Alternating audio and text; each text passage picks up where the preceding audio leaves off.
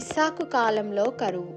ఇస్సాకు కాలములో కరువు రాగా గెరారులో ఉండవలసి వచ్చే. పరవాసిగా ఉండుము, నేను నిన్ను ఆశీర్వదించెదనని దేవుడు సెలవు ఇచ్చే. అబ్రహాము కాలంలో కరువు రాగా సొంతగా నిర్ణయము తీసుకునే స్వేచ్ఛను అనుగ్రహించే. యాకోబు కాలంలో కరువు రాగా ఐగుప్తుకు వెళ్ళమని సెలవిచ్చే. ఇస్సాకు విశ్వాసంతో దేవునికి విధేయుడై వెంబడించే. ఇస్సాకు తన భార్యను సోదరిగా పరిచయము గావించే. వాస్తవము తెలుసుకొని అబీమెలెకు రిబ్కా జోలికి పోవద్దని ఆజ్ఞాపించే. ఫిలిష్తీయుల దేశంలో ఇస్సాకు వ్యవసాయం చేయగా దేవుడు నూరంతల ఫలము అనుగ్రహించే.